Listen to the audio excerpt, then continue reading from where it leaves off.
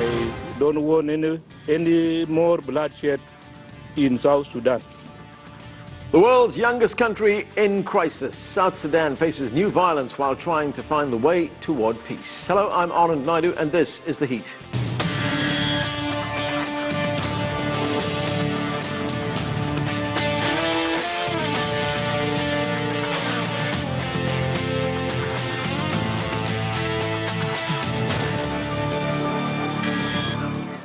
South Sudan is at a crossroads with fears of renewed civil war. 5 years after becoming the world's newest country, clashes broke out again earlier this summer, leaving hundreds more dead and tens of thousands more displaced. For more on the situation in South Sudan, CCTV's Patrick Oyet has this report. South Sudan's conflict began in late 2013 when President Salva Kiir accused his former Vice President Riek Machar of leading an attempted coup. Machar fled Juba, but fighting spread like wildfire across South Sudan, killing more than 50,000 people and displacing more than 2 million. The African Union brokered a peace deal last year that brought Riek Machar back to the capital of the world's youngest nation in April. But by July, clashes in Juba between Kiir's forces and those loyal to Machar pushed Machar out again. He has fled the country. President Kiir says Riek Machar attempted another coup. He brought a huge force while we were inside my office there. That huge force was to come and take over the palace, and then Riek declares himself as the president. Kiir has since appointed Riek's replacement, Taban Dengai, who was Riek's chief negotiator at the peace talks. The new unity government has said it's moving forward with implementation of the peace agreement with or without Riek Machar. It is a difficult period, but I'm optimistic that we are going to succeed in the implementation of the peace agreement. We do not have a choice as leaders of South Sudan but to implement this agreement. South Sudan is also searching for support outside its borders. The U.S. has pledged an additional $138 million in aid on top of the more than $1.5 billion provided since 2013. China has pledged an additional $10 million in humanitarian aid to complement its previous financial support, and Beijing continues to deploy peacekeeping troops to the country. From February 2015, China sent an infantry battalion of 700 soldiers to UNMISS for the peacekeeping and protecting IDPs in South Sudan. Many displaced South Sudanese have fled to 6 UN compounds where close to 200,000 people seek protection. The United Nations Security Council recently passed a resolution for deployment of 4,000 additional UN peacekeepers to South Sudan, a move that has received mixed reaction in the country. South Sudanese leaders are still in discussions on whether to accept or reject the proposal. Many here are also unsure whether the UN peacekeepers would be in a position to protect them if fighting were to break out again. Patrick Oyet, CCTV, Juba, South Sudan. Joining us in the studio, Ambassador Garang Deng Akwang is South Sudan's ambassador to the United States and the non-resident ambassador to Canada. He was formerly a lawmaker in the National Legislative Assembly of South Sudan. Ambassador, thanks for joining us. Thank you. Start by asking you to give us your assessment of the security situation in South Sudan right now. Yeah, from my own perspective and from the government take is that the security situation is fairly good. The regions are quiet. The capital is quiet. The government and the president are in control of the situation, except some incursions that are launched by the rebels from time to time in Nasir and a place called Jonglei state recently. Apart from that, the situation is quiet. You say it's quiet, but there are reports that there are thousands of people who've been displaced, hundreds of people have been killed in the latest flare-up of violence. Yeah, I think the displacement is true, and this is because of the activities of the rebels around Juba, because when Dr. Riek Machar left Juba, he made a promise that he was going to come back and take over Juba. So they were having a lot of activities around Juba, including looting of the properties of the citizens, and then also the recruitment of child soldiers in the area. So these activities have led into the destabilization around Juba, and therefore people had to leave, looking for safer places. The fighting that took place in Juba, yes, some losses in life have occurred on both sides, the government and the rebels. Apart from that, everything is quite good. What is the humanitarian situation right now? How are the people who've been displaced being accommodated? Yeah, there are two sets of displacement that happened. Some people panic and ran into UN camps inside Juba, and these are the people that are being taken care of by the UN by feeding them and giving them services inside the UN camp. There are people also who went to the charities like churches, and these people have been supported by the government and the churches, but most of them have returned into their homes. A few fled into Uganda and are now in northern Uganda, and the UN made pledges for the support of these people who have fled to northern Uganda. There is a very large UN peacekeeping force in the country, 12,000 troops, and there are plans to increase that 12,000 by another 4,000. President Salva Kiir is not confident that the UN can hold the peace, can diffuse the situation in South Sudan. Let's take a listen to what he had to say. South Sudan is not instinctively or automatically against IGAD and UN involvement in this agreement. We welcome any assistance. We are attentive to advice, but assistance requires dialogue. It should not turn into an imposition that becomes an intervention. Why does the president have such little confidence in the UN? No, the president doesn't have a little confidence in the UN. There is a big presence of UN, as you mentioned, in South Sudan, right, in terms of peacekeepers, military personnel, in terms of civilian personnel in South Sudan. In that brief statement he made... What the president is saying, and the people of South Sudan are saying, is that the issue of intervention in South Sudan needs dialogue between South Sudan and the international community. And as a member state, any intervention into a member state needs the consent of that state. As a principle in peacekeeping, the consent of the state is required. South Sudan did give its consent to the troops. Yeah, we gave, in principle, we agreed that, okay, if Riek Machar needs protection, if the NGOs need protection, if the displaced people need protection, then we agree in principle. But what is the mandate that will have to be given to them? And also, what is the duration of that protection? And also, what is the fund? Where is the funding is going to come? From where are the troops going to come? This is our take.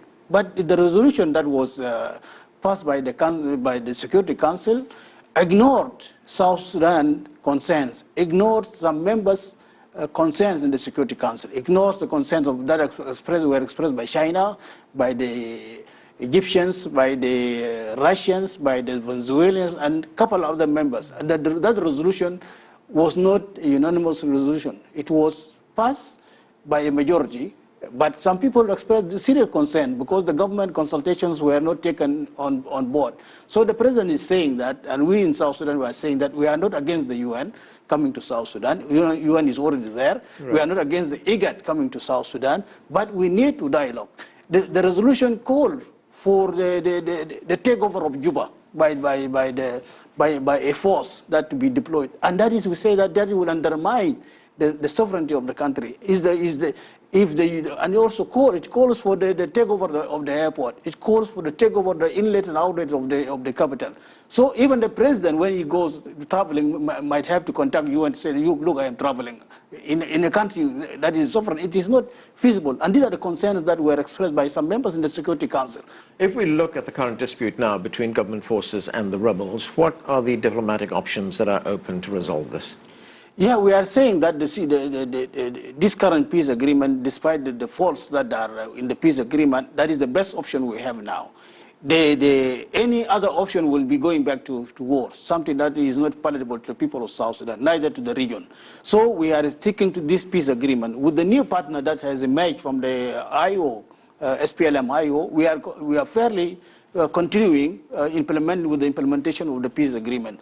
So we are saying that the parties should be kept engaged.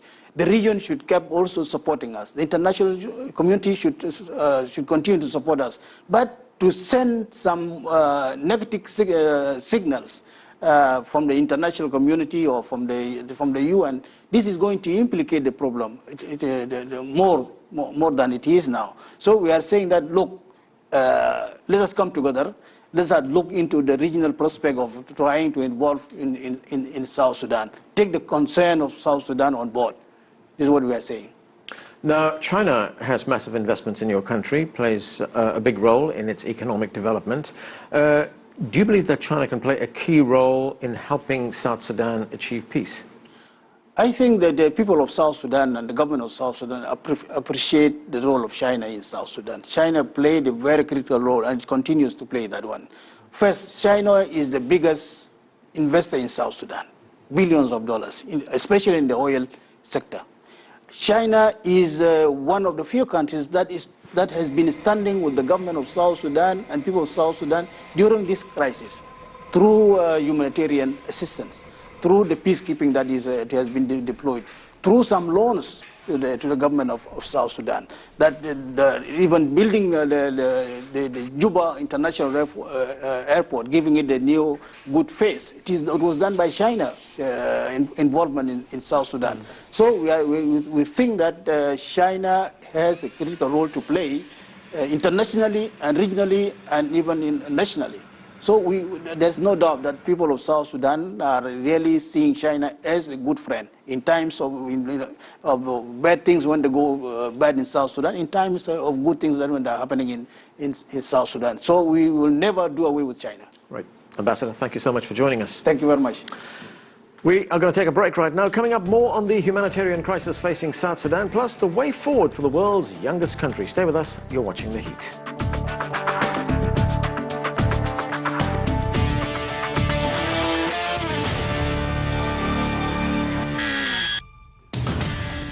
Welcome back. We're talking about the challenges facing South Sudan as it confronts renewed violence and a major humanitarian crisis. Joining me for this part of the show from Cambridge in England, Peter Ajak is a researcher on the South Sudan team for the International Growth Center. He's also one of Sudan's storied lost boys among the children displaced by Sudan's civil war. He Wenping is Director of African Studies at the Chinese Academy of Social Sciences. And with us in the studio, Brian Adeba is Associate Director of Policy for the Enough Project and Advocacy Group for Human Rights. Thanks to all of you for joining us. Peter, there's been a sharp rise in the level of violence in South Sudan. It seems that the peace plan, the peace deal, has unraveled, and the opposition leader, Riek Machar, who is the deputy president, has fled the country. What's behind this latest escalation in violence? Well, the latest violence started, as you very well know, last month, in just around the anniversary of the independence. And it seems the main problem really was the presence of two armed forces in the capital, in Juba, both of which are still quite, they're not working together, to put it lightly. And heading toward the independence celebration, the government put in a lot of checkpoints. And through the checkpoints, the soldiers, they got into a situation of arguments that continued to escalate into fight. And when the two leaders actually met to try to iron out the differences and try to move forward, the same bodyguards again fought. And this fight kept on escalating until the vice president and his forces were then dislodged from Juba. So that's basically how we got into this latest fighting. It seems pretty much the problem was the failure of the security arrangement because the peace agreement envisioned a security force for Machar to be in Juba alongside the forces that are under the direct control of President Salva Kiir. So this arrangement basically fell apart. He Wenping, the United Nations, of course, has a huge presence in South Sudan, a peacekeeping force. Now, the UN has voted to extend the mandate of that peacekeeping force in the country, as well as to add another 4,000 troops to the 12,000 it has there already. Why haven't UN forces been effective in keeping the peace in South Sudan?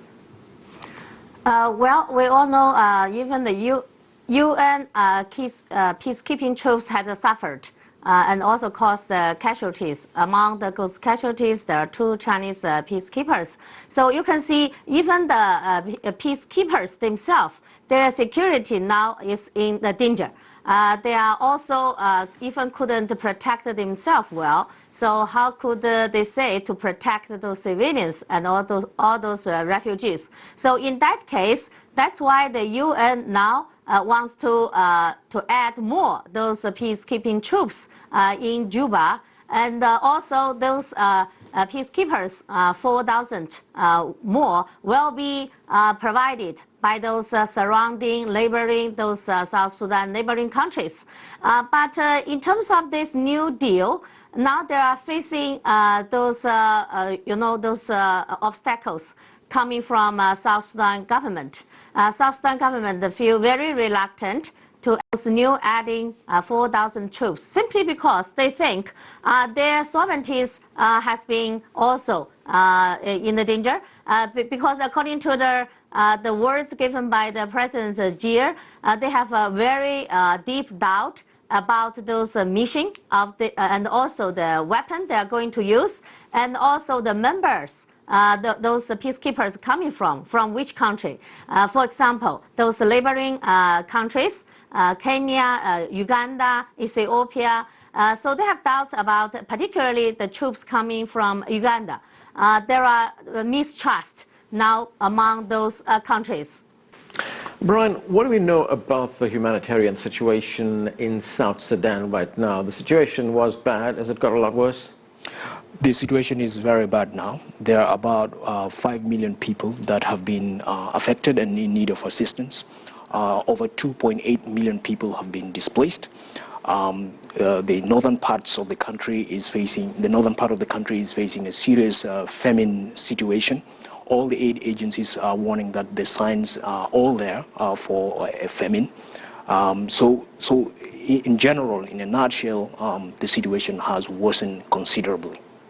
And do you know what's being done to help people who've been displaced? Well, there's been some help from non-governmental organizations. As expected, the government is nowhere to be seen. In this scenario, it doesn't have the capacity to help the displaced. However, aid agencies are also warning that they need considerable funding to avert a famine disaster in the northern parts of the country and to cater to the 2.8 million who have been displaced. Right now in Juba, there are more than 50,000 displaced within protection sites set up by the UN.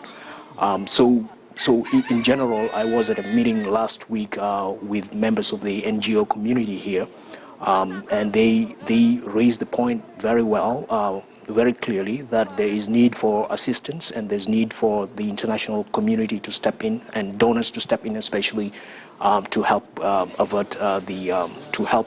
lessen the consequences of the worsening humanitarian situation in South Sudan at the moment.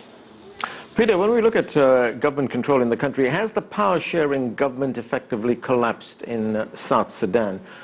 We had President Salva Kiir, who called for a unilateral ceasefire back in July, on the 11th of July. Was that heeded in any way? Do they have any control over what is happening in the country? No, of course, the government has a large degree of control in what is happening in many parts of the country. And there are a lot of dialogues now going on in which some members some signatories to the peace agreement believe that the agreement has effectively collapsed, and therefore the transitional government of national unity has collapsed. The opposition leader, Dr. Lamarckol, resigned from his position as a minister in the transitional government. And of course, after Machar left, his party then met in Juba and decided to nominate Taban Dengai as the first vice president, and the president Salva Kiir subsequently appointed him into the position of first vice president. So there is a lot of argumentation going on whether the peace agreement has effectively collapsed or not. My personal view is that the agreement is still in place, and I think this is the same view that is shared by the region, the African Union and the United Nations, and I think it was under that premise that the new resolution 2304 was passed so that the peace agreement can be brought back on track. However, though, what is clearly taking place is that there has since been a power struggle within the IO between a faction that is loyal to Taban Dengai and a faction that is loyal to Machar. And since Machar being ousted from Juba, he has since then resorted back again to using violence as a way of coming back to his old position. So over the last weekend, there was attack in Jonglei State in a place called Pajut. It was attacked by the IO forces, mainly the White Army, civilian militia. The attack, a lot of people were killed, nearly 300 people were killed in this process. And it seems again is the same process in which the vice president has kept himself relevant politically in the country, resorting to the means of violence. But now he's technically no longer the vice president, so Taban is the vice president, and the power struggle continues within the IO. He Wenping, China, of course, is heavily invested in South Sudan. Both countries are key economic partners. What kind of influence can China bring in South Sudan to resolve this crisis? Well, basically speaking, China has played two kinds of a role trying to bring this newborn country now in the right track. So on the one hand, we have paid great attention to this peace building and also like trying to bring the two parties together. So on the one hand, we contributed quite a lot. Those peacekeepers joining the UN, the peacekeeper troops, and the blue helmet. For example, even we sent like 700 more peacekeepers, and among them, there are 170 more. They are combat troops. This is also a very big step forward in terms of China's engagement in the UN peacekeeping career. So because before we have never sent our combat troops in our peacekeepers in the UN. They are normally the civilian, like engineer and the doctor or nurses. But now this time around, we send combat troops, which shows now we really care very much about peacekeeping and security and also peace career in the South Sudan. So this is one point. The second point is we have invested quite a lot in this newborn country, trying to help the local people to improve their livelihood and also to consolidate those economic base for their peace and for their political stability.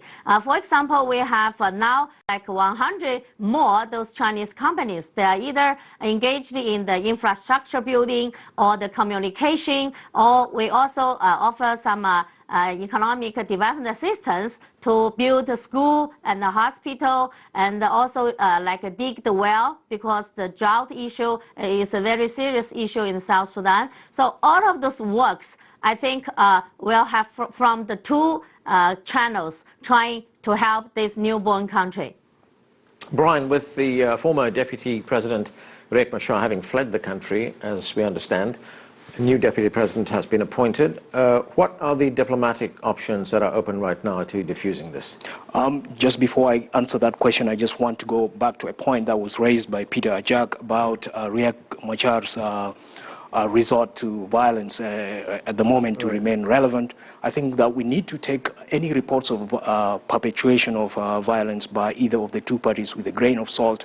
In war, truth is always the first casualty, and especially with particular regard to the situation that he mentioned in Upper Nile at the moment, the White Army at the moment, we need to take their action, their participation in this conflict into consideration.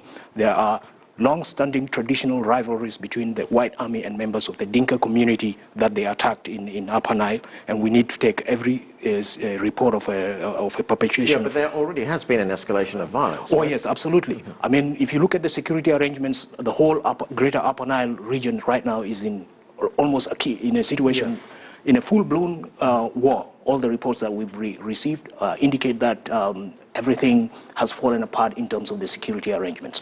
Coming back to your point about what diplomatic options are there, at the moment, left to their own devices, the two principals to this conflict are not able to get the peace agreement moving forward. I think that the idea that the intervention force will come in and step in is very vital, and I think that's one diplomatic way of getting the peace agreement back on track. However, there are a lot of concerns. It is a joke, actually, in Juba. The UN peacekeeping force, the previous one, it's a well-known joke among the people that it cannot do anything in terms of protecting civilians. And as this intervention force comes in, it needs to look at lessons learned from the previous force. But I want to give Peter a very quick chance to respond to what Brian has been saying. Peter, when you say that Riek Machar has resorted to the use of force to become relevant in this dispute that is taking place in South Sudan, Brian makes the point that it's far more complex than that, that there has been disputes between different groups in the Upper Nile for quite some time.